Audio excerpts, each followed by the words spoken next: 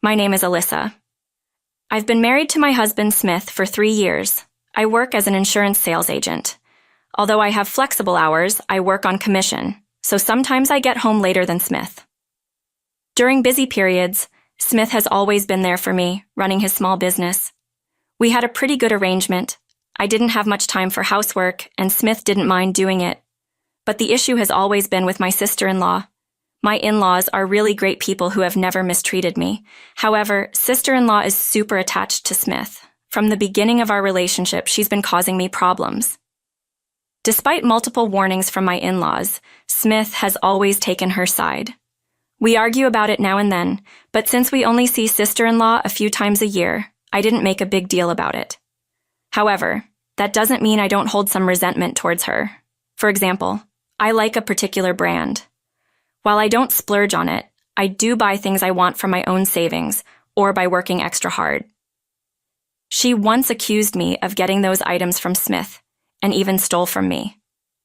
This happened when we went to my in-laws' house for a Christmas visit. When we walked into the living room, sister-in-law was already a few drinks in. "Ah, Smith, you're back. Yeah, you're already drinking. It's Christmas. Come join me." "Oh, all right then," as Smith was about to say, but I interrupted. "We haven't even greeted everyone yet, and we're not staying the night. You know, if you start drinking now, we won't be able to drive home," I said. She scoffed. "Geez, what a strict wife. It's fine. Smith can just stay here. Why do you need to go back together?" I retorted. "So that's what comes to your mind before even saying Merry Christmas?" She then annoyingly leaned on Smith and whined, "Smith, Alyssa is bullying me." I was so disgusted by Smith's failure to push sister-in-law away that I headed to the kitchen. "Mother-in-law, Merry Christmas," I said. It seems that mother-in-law was so wrapped up in preparing a full-course Christmas meal and party that she didn't hear our exchange. "Oh, you're here. Sorry, I didn't notice. Merry Christmas." "Is Smith not here?" "Smith is in the living room with sister-in-law."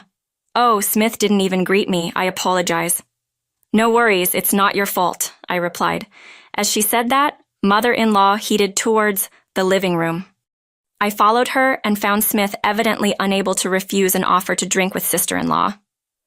Mother-in-law saw this and said, "Smith, what are you doing here without even saying hello?" "Well, Nora was feeling lonely, so we decided to have a drink together. You should have greeted us first. I was wondering why only Alyssa came to greet us." I couldn't turn down the drink. Smith mumbled something, looking down, but I ignored him and took my seat. Just then, as I put my purse on the chair, sister-in-law perked up and started talking. "Wow, is that a new purse? Nice." I had a bad feeling and promptly placed the purse back on my lap. Sister-in-law looked visibly annoyed and said, "I can't afford one, Smith. I want one too." "Well, I didn't buy it then. Give me Alyssa." "What? How dare you say that? You don't have to give it to her. It's expensive, right? Who would hand over an item worth at least a few thousand, especially when it's practically brand new?" I gave sister-in-law a dry laugh. "If you want one, go buy it yourself. You live at home, so if you work decently, you can afford it." True. Sister-in-law lives at home but only works part-time about 3 days a week. She probably can't even afford the cheapest purse I own. This new purse was a favorite of mine, reserved with a deposit as soon as I heard from the shop clerk that it was coming in.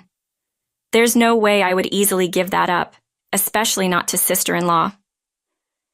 Then Smith started saying something outrageous. "Hey, give that to Nora." "What? You have plenty? It won't hurt to give away just one. Do you even know how much it costs? If you have so many, what's the problem?" "No way, I even paid a deposit to get this. Stingy. Could you please not talk like a child? Are you even an adult? I've just started using this brand new bag, so I can't give it away. I have no intention of giving away any of my other bags either." Stingy? With that, sister-in-law stormed off to her room. Smith also stood up, following her. "You went too far, and since you're not giving it, you should apologize." I won't see my sister-in-law after Christmas, so it doesn't matter, I thought, but I was wrong. A few days after Christmas, as I was preparing to go to a hotel lunch with my friends, I opened my closet to grab a purse, but it was missing from the bag where I stored it. Frustrated, I went straight to Smith's place.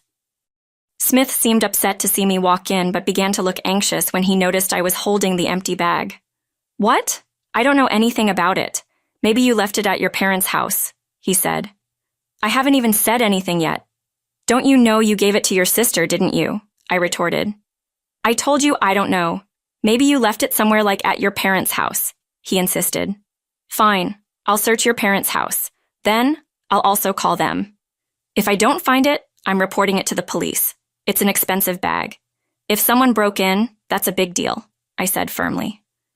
Smith turned pale at the mention of the police, but quickly retorted, even if the same purse is there, maybe Nora bought it herself. I took a card out of the shopping bag and showed it to Smith. It's a limited edition with a serial number. There's no way it's the same. My sudden visit surprised them, but they let me into my sister-in-law's room. When I explained the situation, my purse was easily found in the messy room, but it was in terrible condition. The bag had remnants of food and drink stains and seemed beyond repair. Even my mother-in-law was at a loss for words. Suddenly, my sister-in-law, perhaps realizing someone was in her room, barged in, shouting, "What are you doing? I told you not to come into my house. Just give me back my purse." Actually, you can keep it. Just give me the money back, I demanded. What are you talking about? I bought it, probably coordinated with Smith, my sister-in-law said, smugly. I told her the same thing I had told Smith. I've already explained this to Smith, so you should pay me back.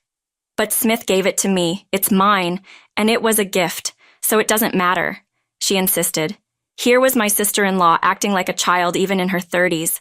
It was more pathetic than annoying. At this point, my head was starting to hurt, but wasting a few thousand was out of the question.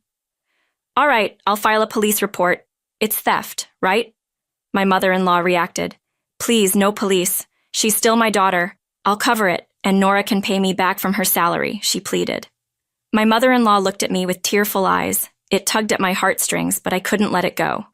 How about sister-in-law pays from her salary instead? If there's even one late payment, I'll file that police report, I suggested. What? Why should I pay? My sister-in-law protested. Be quiet. I won't let her go out. So I'll manage her bank account that her salary goes into until everything is paid back. This doesn't make sense, I insisted. I left my mother-in-law to handle the situation and went home, still pondering how to deal with Smith. Then a plan came to mind. I'll probably end up divorcing him, but it doesn't matter anymore. The day of reckoning was approaching. Months later, the day had come. We had gone to my in-laws' house for some reason. Today was the day our new home would be finished. We had been invited by my in-laws to celebrate, and my bag was packed with divorce papers. The atmosphere was pleasant at first during the dinner. I might not even have to hand these divorce papers over, I thought. But Smith disappointed me as usual. Hey, I wanted a house too. Give it to me, he demanded. Just as I suspected, my in-laws' eyes bulged out at the ridiculous request. Father-in-law choked on his tea, and mother-in-law was speechless. And then I waited for Smith's response. I'll give it to Nora. She won't be able to buy a home anyway. We can just build another one if you oppose. We're getting a divorce, he declared. Too bad. I wished it was just drunk talk, but he looked serious. I hated the face he made, smiling while leaning on sister-in-law. Sighing, I said, Fine, let's divorce. You can have the house. What? Yes! Yay! I got my dream home. Sister-in-law was jubilant, but I didn't care. You get your dream life with sister-in-law in our home, Smith, I remarked dryly. The contrast couldn't have been starker. A jubilant sister-in-law, a frozen Smith, and me. I handed over the pre-filled divorce papers with a smile. I would have reconsidered if you'd objected. Good luck, I said. Smith seemed to realize what I meant and seemed deeply apologetic, but I had already left the table and didn't look back. In hindsight, maybe I should have watched his reaction. A few days later, we discussed asset division through lawyers. My in-laws must have talked some sense into him as he agreed rather easily. Months passed. I was living alone in an apartment I bought before marriage, peacefully taking care of my cat. Then, sister-in-law showed up. When I opened the door, there she was, deeply apologetic. I'm sorry, help me, she pleaded. Who are you? Don't talk like that. We were family once. I don't recognize people like you as family. You're the one who said that, right? Besides, we're divorced, so we're literally strangers now. Please, I can't make it on my own, I replied, firmly. On a closer look, my sister-in-law was in rags. No wonder Smith's earnings were less than the average temp jobs in the area. I said I'd leave the house, but I never said anything about continuing to pay the mortgage. The mortgage built around my income would be too much for Smith to handle. I bet the loan alone would swallow up his paycheck. Originally, the home was built so I could live there with Smith, but now I don't care anymore. I never thought Smith would earn so little, neither did I. Smith is what you'd call a freelance writer. If he writes, he makes money. If he doesn't, well, no income. Smith hates working. He gets sick if he has to do regular work outside. So, a regular job is out of the question for him. He's tried it before but quit after a few months. So he was content doing housework while I was the main breadwinner. I provided almost all of our living expenses, and even the down payment on the house came from my savings. I found out that Smith boasted about how he funded our lifestyle and splurged on luxury items without contributing to living expenses. And when we got divorced, I learned he had even taken on debt. Want to guess what the debt was for? Presents for sister-in-law? I knew something was off when I saw high-end clothes and accessories scattered in sister-in-law's room. Items she couldn't afford on a part-time job. My suspicions led me to discover thousands of dollars in debt on Smith's credit card. Sure, he could pay it off if he worked. But let's be real. Someone accustomed to a laid-back lifestyle isn't going to suddenly work hard. Why not sell the house then? We've been caught off guard by Mom and Dad. They've sold our house and moved away. If we sell, we have nowhere to go. That caught me off guard. While my in-laws had always been soft on my harassing sister-in-law, I thought they would never actually abandon her. But it seems they had finally reached their breaking point. No surprise there. With Smith falsifying his income and stealing the house from me and sister-in-law sticking to him like glue, and then there's the home loan in tens of thousands of dollars, even loving parents have their breaking point. It's what you chose, right? A home with just you and Smith.